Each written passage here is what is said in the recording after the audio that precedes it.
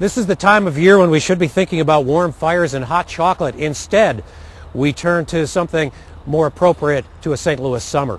Cold beer, cool places.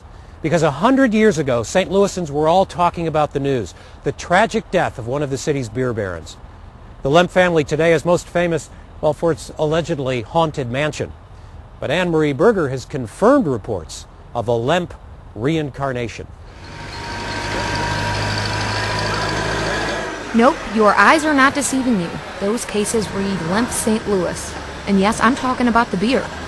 A beer most people have only heard of and never tasted. But that is changing. Lemp enthusiasts, beer enthusiasts, and talking about Lemp beer, decided that there was a need in the market for a beer like what they had read Lemp was. Like taking everything from These enthusiasts are Steve DeBellis, Nick Riggio, and Jim Schulte. They take beer, especially Lemp beer, and its history very seriously. If you're familiar with the Lemp story, you know it can be a confusing one. There's Wiliam Lemp Sr., Wiliam Lemp Jr., William Lemp III, 4 members of the family committed suicide. The house is supposed to be haunted. Well, it's a lot to try and keep straight.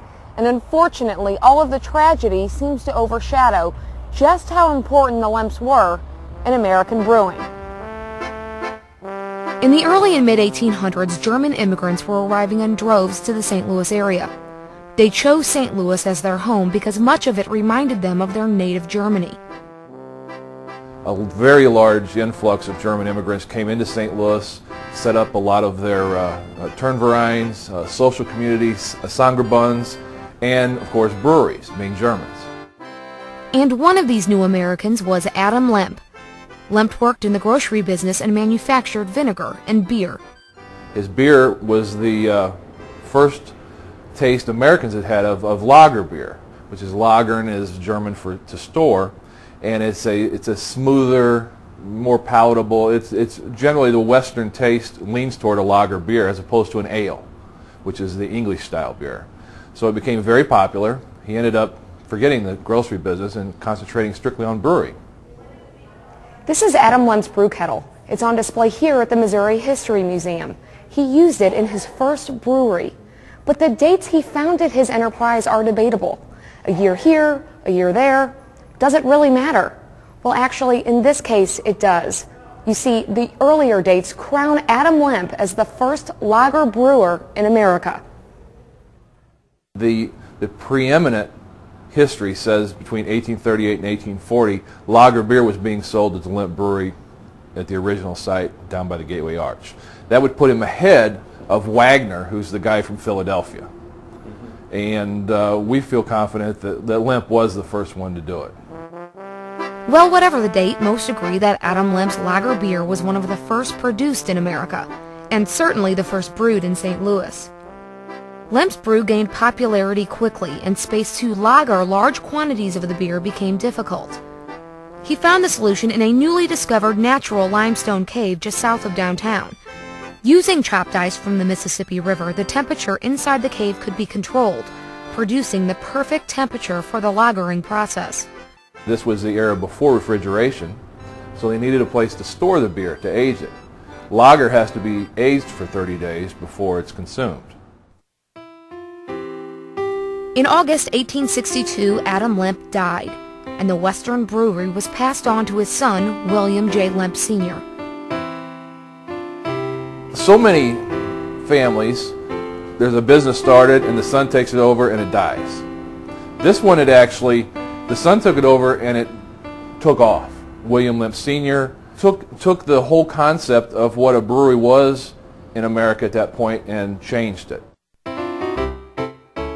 In 1864, William Lemp built a new brewery above the caves. He constructed one of the best equipped facilities in the country and implemented innovative technology, such as refrigeration. In the mid-1890s, Lemp became the first brewery to ship its products coast to coast using refrigerated railcars. By the turn of the century, the William J. Lemp Brewing Company had become the third largest brewery in the country and the largest in St. Louis. But in 1904, the year St. Louis was on top of the world, the Lemps suffered a great loss. On February 13, 1904, William Lemp Sr. committed suicide. Really a tragic occurrence. The loss 2 years earlier, actually 3 years earlier, in 1901, of the Frederick Lemp, who died of a heart attack, and a favorite friend, Frederick Papp's suicide in Milwaukee.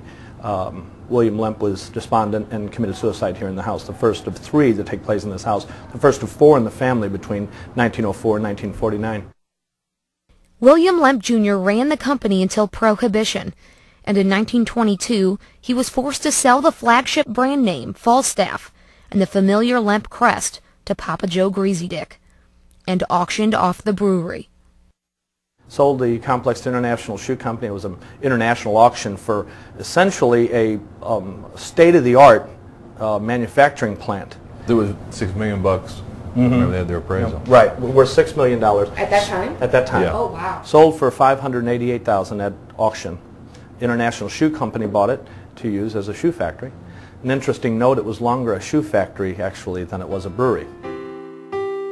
Later that year, just as his father had, William Lemp Jr. committed suicide in the family mansion. William Lemp III made one last try to revive the family business. He reintroduced Lemp beer in 1939. It was short-lived, and the Lemp Brewing Company officially closed in 1945. Fast forward 59 years and Lemp is in production again, but this time they may have better luck. You see, the guys behind the beer, those beer enthusiasts, have no relation to the Lemps, but they do have a respect for what they made.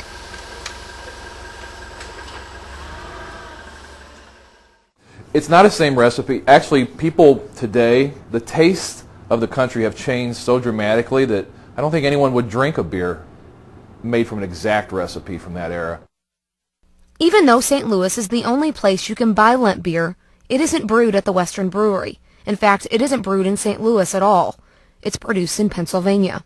We had a few parameters that we refused to deviate from when we looked for someone to make the beer. One, we wanted a union brewery. We wanted a brewery that had been in business since before Prohibition, so the technology existed and the people there would have an appreciation for what we had, and that was the brewery that we found. But don't worry, once these guys break the Lemp curse and have a success on their hands, they hope to bottle their brew in St. Louis, where it belongs.